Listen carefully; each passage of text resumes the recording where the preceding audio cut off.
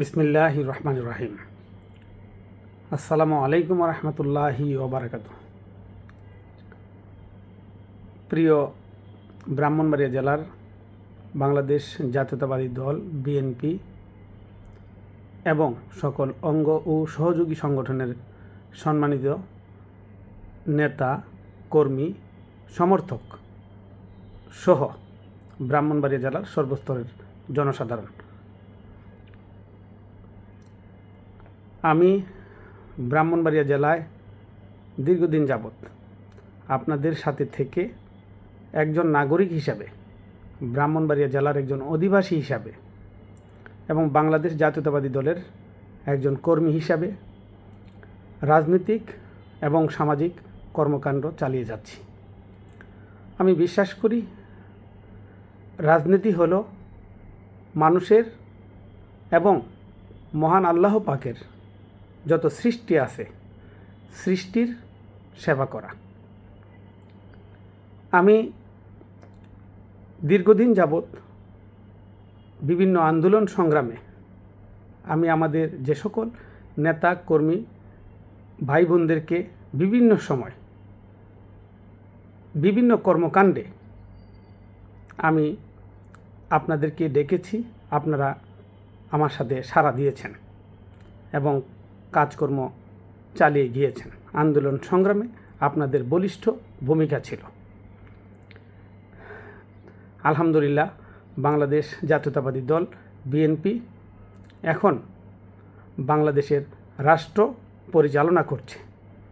আমাদের মাননীয় প্রধানমন্ত্রী জনাব তারেক রহমানের নেতৃত্বে আমরা আগামী দিনে একটা সুন্দর বাংলাদেশ গড়ার স্বপ্ন নিয়ে কাজ করে যাচ্ছি। মাননীয় প্রধানমন্ত্রী দিনরাত পরিশ্রম করছেন। আমি ব্রাহ্মণবাড়িয়া জেলার একজন বাসিন্দা হিসাবে ফ্যাসিস্ট সরকারের পতনের পর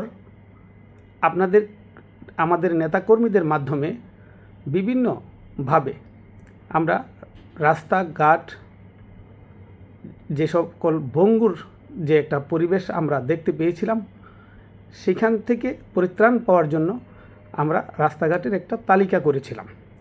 আমাদের নেতাকর্মীরা সবাই মিলে আমাকে সহযোগিতা করেছিলেন।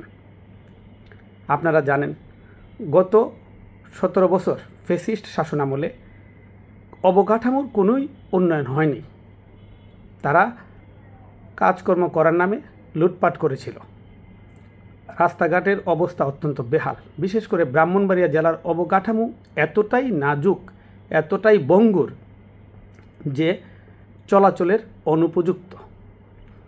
এই বিষয়গুলো মাথায় রেখে আমি আপনাদের মাধ্যমে রাস্তাঘাটের তালিকা করেছিলাম এবং সংশ্লিষ্ট দপ্তরে আমি জমা করেছিলাম। ব্রাহ্মণবাড়িয়া জেলার অবকাঠামো উন্নয়নের একটা প্রকল্প যেন করা হয়, সে ব্যাপারে সংশ্লিষ্ট দপ্তরের কাছে আমি অনুরোধ করেছিলাম এবং তালিকাটি প্রেরণ করেছিলাম। ইনশাল্লাহ আসার কথা হলো, আমাদের তালিকাটা ইনশাল্লাহ এই আগামী দিনে অনুমোদনের পর্যায়ে চলে এসেছে, যার আনুমানিক বরাদ্দের পরিমাণ হবে প্রায় 1650 কোটি টাকা, 1636 কোটি টাকার মতো বর্তমান যেই তালিকাটা আমরা জমা দিয়েছি। তো এখন এইটাকে আরও বর্ধিত করা যাবে। তো আমি মনে করি আমার এই ব্রাহ্মণবাড়িয়া জেলার 9টা উপজেলার এবং 5টা পৌরসভার 6টা কনস্টিটিউশন আমাদের নেতাকর্মীদের মাধ্যমে যেই সকল রাস্তাগুলোর আমি মনে করি যে সবগুলোই আবার নতুন করে আমার কাছে যদি জমা করার ব্যবস্থা করা হয়, তাহলে আমি চেষ্টা করব এই তালিকাগুলো সুন্দরভাবে করে আবার জমা দেওয়ার জন্য, যেন এখানে যদি কোনো রাস্তা বাদ পড়ে থাকে সেটা যেন অন্তর্ভুক্ত করা হয়। আমরা সবাই যারা পলিটিক্স করি, রাজনীতি করি, আমরা চেষ্টা করি সমাজের কিভাবে উন্নয়ন করা যায়।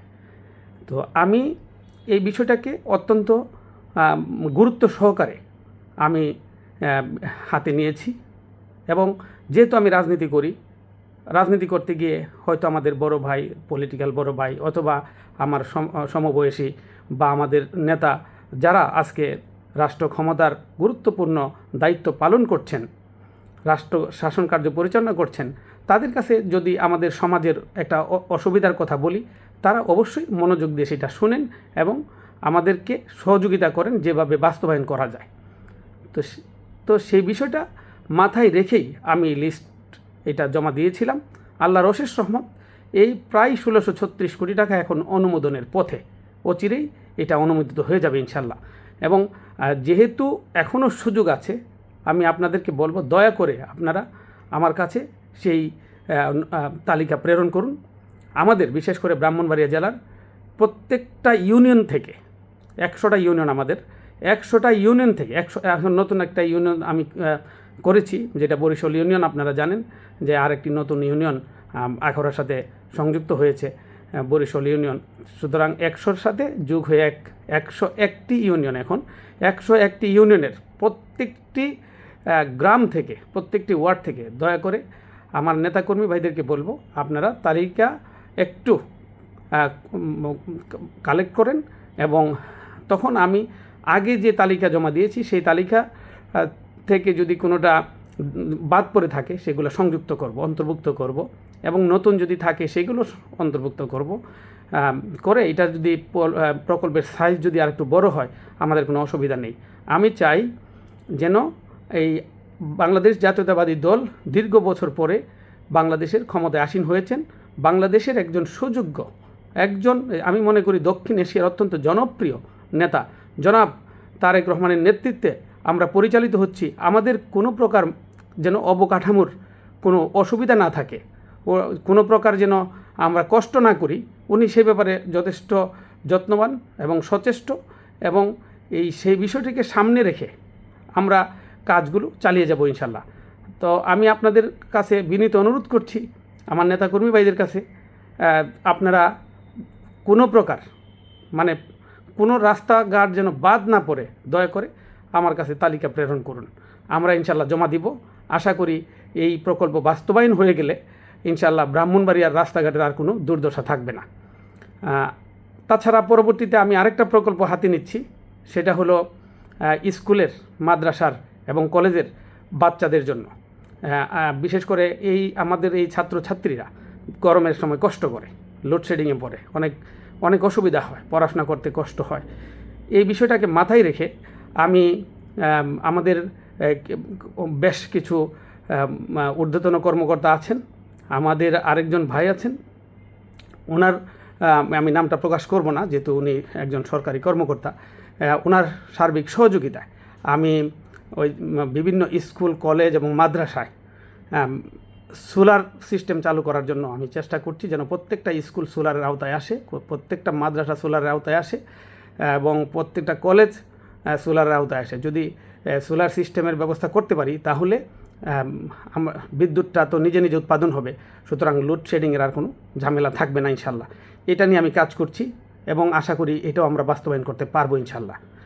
তো আমি বিশেষ করে আমার ব্রাহ্মণবাড়িয়া জেলার যারা আমাকে সহযোগিতা করছেন, সুখে দুঃখে পাশে থাকছেন, আপনাদের প্রতি আমি কৃতজ্ঞতা প্রকাশ করছি। আপনাদের ভালোবাসা নিয়ে আমি আগামী দিনে আপনাদের সেবায় নিজেকে সবসময় নিয়োজিত রাখবো ইনশাল্লাহ। আমার পলিটিক্স হলো সমাজের উন্নয়নমূলক কার্যক্রম করা, কোনো প্রকার প্রতিহিংসার বশবর্তী আমি নিজের মধ্যে কোনো প্রতিহিংসা লালন করি না। আমার সম্পর্কে বিভিন্ন সময় আমাদের বিভিন্ন আসলে দুই একজন ভাই আছেন যারা আমার একটু বেশি সমালোচনা করার চেষ্টা করেন, আমি তাদের প্রতি কৃতজ্ঞ। তারা যদি সমালোচনা না করেন তাহলে আমার ভুল ত্রুটিও আমি ধরতে পারবো না। আমি সর্বদাই সংশোধন করার পক্ষে, আমি নিজেকে সংশোধন করে তৈরি করার চেষ্টা করছি। আমি চাই একটা এক্সাম্পল হতে, যে রাজনীতি করতে হলে আপনাকে যে এমপি হতে হবে বা মন্ত্রী হতে হবে এরকম ধারণা থেকে বেরিয়ে আসতে হবে। কোনো পোস্ট পদবি ছাড়াই আপনি সমাজের একজন বিবেকবান মানুষ হিসেবে, বাংলাদেশ জাতীয়তাবাদী দলের আমি একজন সমর্থক হিসেবে, একজন কর্মী হিসেবে যেভাবে কাজ করে যাচ্ছি, আপনিও সেইভাবে কাজ করতে পারবেন। কোনো প্রকার আপনাকে এমপি হতে হবে, মন্ত্রী হতে হবে, না হলে আপনি কাজ করতে পারবেন না, এই ধারণা থেকে বেরিয়ে আসতে হবে। আসুন সবাই মিলে আমাদের বাংলাদেশটাকে সুন্দর করি, আমরা সবাই মিলে সমাজটাকে সুন্দর করি। সমাজ থেকে আমাদের এই যত প্রকার হিংসা, হানাহানি এবং আমাদের একজন আরেকজনের প্রতি ষড়যন্ত্র, আমরা আসুন এগুলো বন্ধ করি। কারণ দুনিয়াটা অল্প কিছু দিনের, আমাদেরকে একটা লিমিটেড টাইম পরে আমাদেরকে দুনিয়া মায়ে ত্যাগ করে পরপারে পাড়ি জমাতে হবে। সুতরাং আসুন আমরা প্রস্তুতি নেই, পরপারের জন্য প্রস্তুতি নেই এবং সমাজকে সুন্দর করি। আল্লাহ পাক বান্দাকে মাফ করার জন্য উসিলা খুঁজবেন।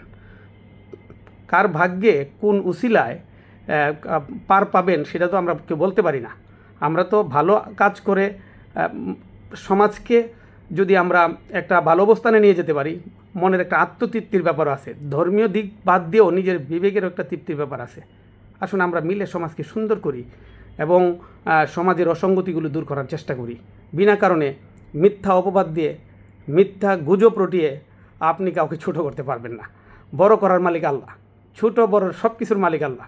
ওয়াল্লাহু আলা কুল্লি শাইইন কাদির। আসুন সবাই মিলে মহান আল্লাহ পাকের এই যে নির্দেশনা আছে সেটা মেনে চলে আমরা একে অপরে ভাই ভাই হয়ে আমরা মিলেমিশে এই সমাজটাকে গড়ে তুলি, একটা সুন্দর ব্রাহ্মণবাড়িয়া গড়ে তুলি। ব্রাহ্মণবাড়িয়ার এই যে 36 লক্ষ মানুষ, আমরা দারুণ দুঃখে কষ্টে আছি। এই দুঃখ কষ্টগুলো আমাদের সবাই মিলে লাঘব করতে হবে। আমি ইতিমধ্যেই চিন্তা করতেছি যে আরেকটা বিষয় মাথায় এনেছি, সেটা হলো আমাদের একটা উপশহর করা দরকার। অর্থাৎ ব্রাহ্মণবাড়িয়া জেলা শহরের যে অবস্থা, আমরা অনেক অত্যন্ত ঘিঞ্জি হয়ে গেছে শহরটা, এবং শহরের পরিবেশ, যানজট এবং বিভিন্ন প্রকার সমস্যাগুলো আছে, এগুলো আমাদের দূর করতে হবে। পাশাপাশি আমাদের নতুন একটা উপশহর যদি করতে পারি, একটা পরিকল্পিত একটা নগরায়ণ যদি করতে পারি, আমার মনে হয় এটা আমাদের এখন সময়ের দাবি। আমি আপনাদের সবার সহযোগিতা চাই এবং আগামী দিনে যেন আপনাদেরকে সাথে নিয়ে সুন্দর করে এই সমাজের একজন সমাজকর্মী হিসাবে আমি কাজ করে যেতে পারি। আপনারা আমার জন্য দোয়া করবেন, ভালো থাকবেন এবং আপনাদের প্রতি আমি উদাত্ত আহ্বান জানাই, বাংলাদেশকে এগিয়ে নিতে হলে বাংলাদেশের বর্তমান সরকারের প্রধানমন্ত্রী জননেতা তারেক রহমানের হাতকে শক্তিশালী করুন এবং ওনার উপর আস্থা রাখুন এবং ওনাকে সহযোগিতা করুন। ওনার মতো একজন নেতৃত্ব পাওয়া আসলেই বাঙালি জাতির জন্য অত্যন্ত ভাগ্যের ব্যাপার। আমরা আসুন ওনাকে সহযোগিতা করি এবং ধৈর্য ধারণ করি। ধৈর্য ধরে ওনাকে ফলো করে ওনার আদেশ উনি যেভাবে রাষ্ট্র পরিচালনা করছেন, আমরা সহযোগিতা করে বাংলাদেশকে এগিয়ে নিয়ে যাই। ধন্যবাদ সবাইকে, ভালো থাকবেন। আসসালামু আলাইকুম রহমতুল্লাহি ওয়া বারাকাতুহু।